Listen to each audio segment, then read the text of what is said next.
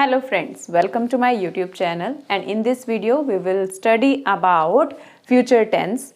Future tense is divided into four parts: future indefinite tense, future continuous tense, future perfect and future perfect continuous tense.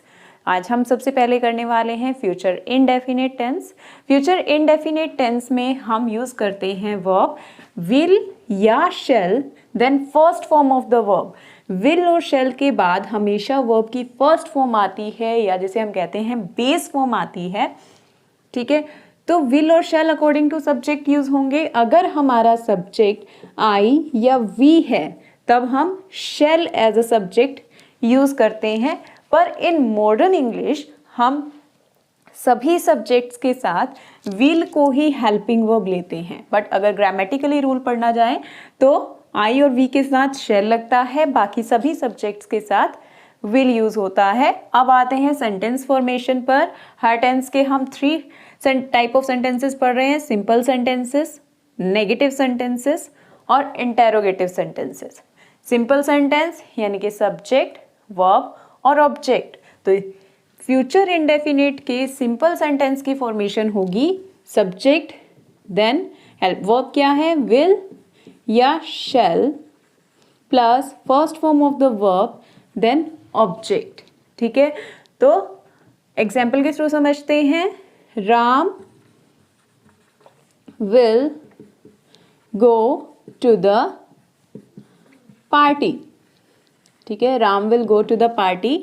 Will go यहाँ पर क्या है, future indefinite tense की verb है will plus first form of the verb. अब इसी sentence को जब हमने नेगेटिव सेंटेंस में कन्वर्ट करना है तो हम क्या करेंगे, हेल्पिंग वर्ब के बाद नोट लगाएंगे। हमारी हेल्पिंग वर्ब क्या है, विल और शैल। तो विल शैल के बाद क्या लग जाएगा, नॉट, फिर फर्स्ट फॉर्म और फिर ऑब्जेक्ट। ठीक है, तो सेंटेंस फॉर्मेशन क्या हो जाएगी, सब्जेक्ट, विल या shall, not, first form and object. इसी सेंटेंस को मैं नेगेटिव में कैसे चेंज करूंगी, राम हेल्पिंग वर्ब क्या है, विल, फिर not, then go to the party. ठीक है, नेक्स्ट आ गया इंटेरोगेटिव सेंटेंस। इंटेरोगेटिव सेंटेंसेस ऐसे सेंटेंसेस जिसमें हम कुछ क्वेश्चन पूछते हैं, वी आस्क समथिंग। तो इंटेरोगेटिव सेंटेंसेस हमेशा किससे स्टार्ट होते हैं, हेल्पिंग वर्ब से स्टार्ट होते हैं। यानी कि अगर हमारा सेंटेंस WH फैमिली से स्टार्ट हो रहा है या सिंपली हेल्पिंग वर्ब से स्टार्ट हो रहा है तो हेल्पिंग वर्ब हमेशा सब्जेक्ट से पहले आएगी। तो सेंटेंस फॉर्मेशन क्या होती है इंटेरोगेटिव सेंटेंस की, helping verb plus subject, then main verb, फिर ऑब्जेक्ट और फिर क्वेश्चन मार्क। तो इसी सेंटेंस को मुझे जब इंटेरोगेटिव में चेंज करना है तो मैं हेल्पिंग वर्ब को उठाकर सब्जेक्ट से पहले ले आऊंगी। ठीक है, will Ram go to the party. ठीक है, will Ram go to the party. तो ये हो जाएगा interrogative sentence of future indefinite tense. अब इसकी कंट्रैक्शन, जैसे आई विल, इसकी कंट्रैक्शन क्या होती है, आई, ठीक है, ही विल। ठीक है, अब नेगेटिव सेंटेंस में विल प्लस नॉट क्या हो जाता है, वॉन्ट। उसकी कॉन्ट्रैक्शन क्या हो जाएगी, वॉन्ट। शैल प्लस नॉट की कॉन्ट्रैक्शन क्या हो जाती है, शांट। ठीक है, so this is the contraction of will not and shall not. Will plus not हो जाता है वॉन्ट और शैल प्लस नॉट हो जाता है शांट।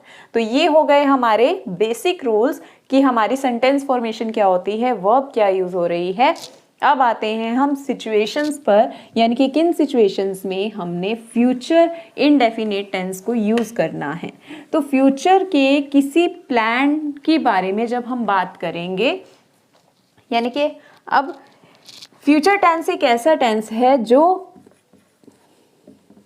क्या है, एक फ्यूचर के बारे में है। फ्यूचर प्रेजेंट में हम फ्यूचर के किसी एक्शन की बात कर रहे हैं। अब वो हो रहा है, हो सकता है, ऐसा तो नहीं है ना।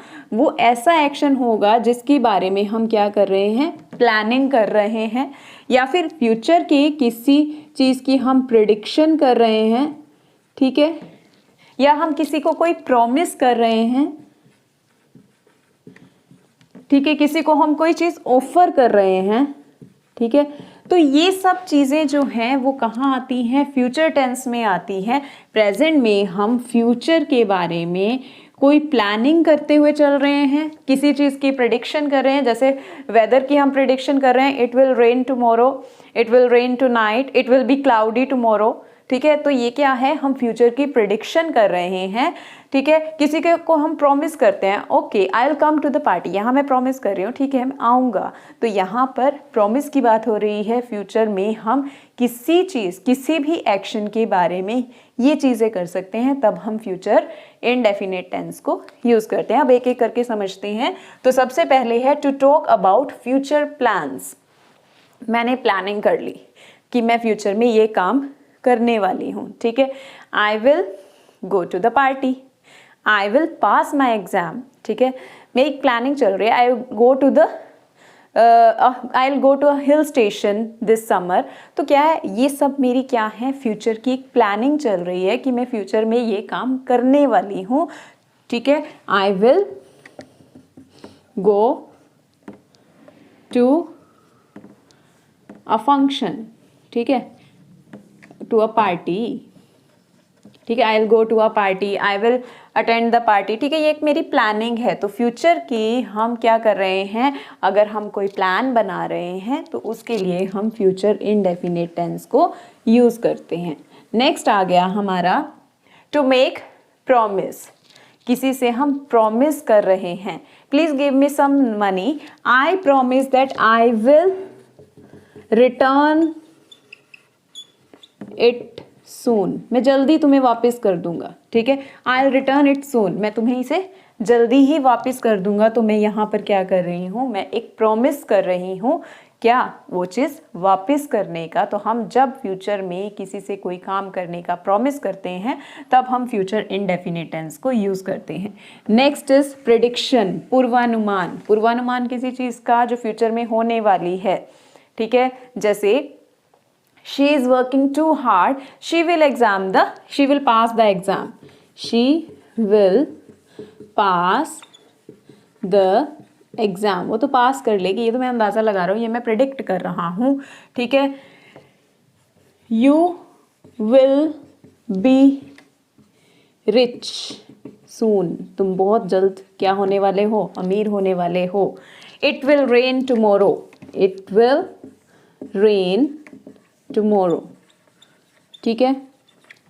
तो ये सब क्या है, फ्यूचर की एक प्रिडिक्शन है कि फ्यूचर का पूर्वानुमान है कि ऐसा होगा, ठीक है, हो सकता है, प्रिडिक्ट करना, प्रोबेबिलिटी जिसमें हम बता रहे हैं, अंदाजा बता रहे हैं। Next, agreeing to do something. Fourth rule क्या कहता है, एग्रीइंग टू डू समथिंग, ठीक है, कोई काम कर रहा है और आप कहते हो ठीक है, I will help you, I will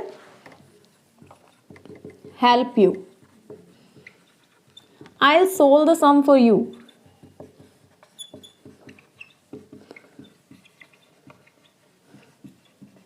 मैं तुम्हारे लिए कर दूंगा, ठीक है, I'll solve the sum for you, I will make a tea for you, ठीक है। तो यहाँ पर हम किसी को क्या कर रहे हैं, ऑफर कर रहे हैं, या किसी चीज़ की किसी की कोई बात मान रहे हैं।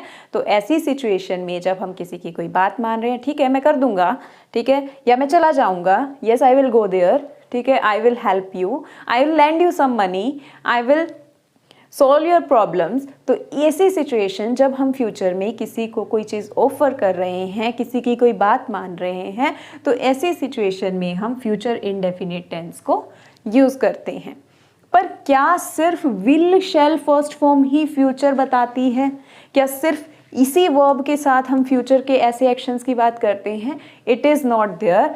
कई बार हम कुछ और वर्ब्स को भी यूज़ करते हैं फ्यूचर इनडेफिनिट टेंस या फ्यूचर के प्लान्स के बारे में बताने के लिए, ठीक है, जो हमारे प्री प्लान्स हैं, जो हमारे फिक्स्ड प्लान्स हैं, जो हम पहले ही पक्का कर चुके हैं कि मैं करने ही वाली हूँ, तो उन सिचुएशंस में हम प्रेजेंट कॉन्टिन्यूअस टेंस यूज़ करते हैं। जैसे I am going to London, मैं कहाँ जा रहा हूँ, मैं लंदन जा रहा हूँ, इस टाइम नहीं जा रहा हूँ, ठीक है, पर मेरा एक फ्यूचर का प्लान है जो मैंने फिक्स कर लिया है। नेक्स्ट वीक, मैं नेक्स्ट वीक लंदन जा रहा हूँ, तो ऐसा एक्शन जो मैं प्लान कर चुका हूँ, it is my planned action, ठीक है।